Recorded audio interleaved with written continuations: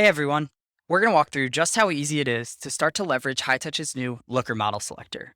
The new feature allows you to build syncs off of your already existing Looker data models, or looks, saving your team valuable time while allowing you to activate your most valuable data. So let's jump in. First, you'll need to make sure that you have your data source configured.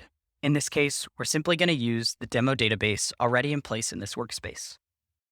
Second, you'll need to add your Looker credentials and key them in on the integrations page. You can find those here under Settings, Integrations, and then scrolling down until you see Looker credentials. Now you'll notice that you need URL, client ID, and client secret, but these can all be found within Looker itself. Once these are all inputted, you'll hit Save, and now you're ready to start to build your actual model.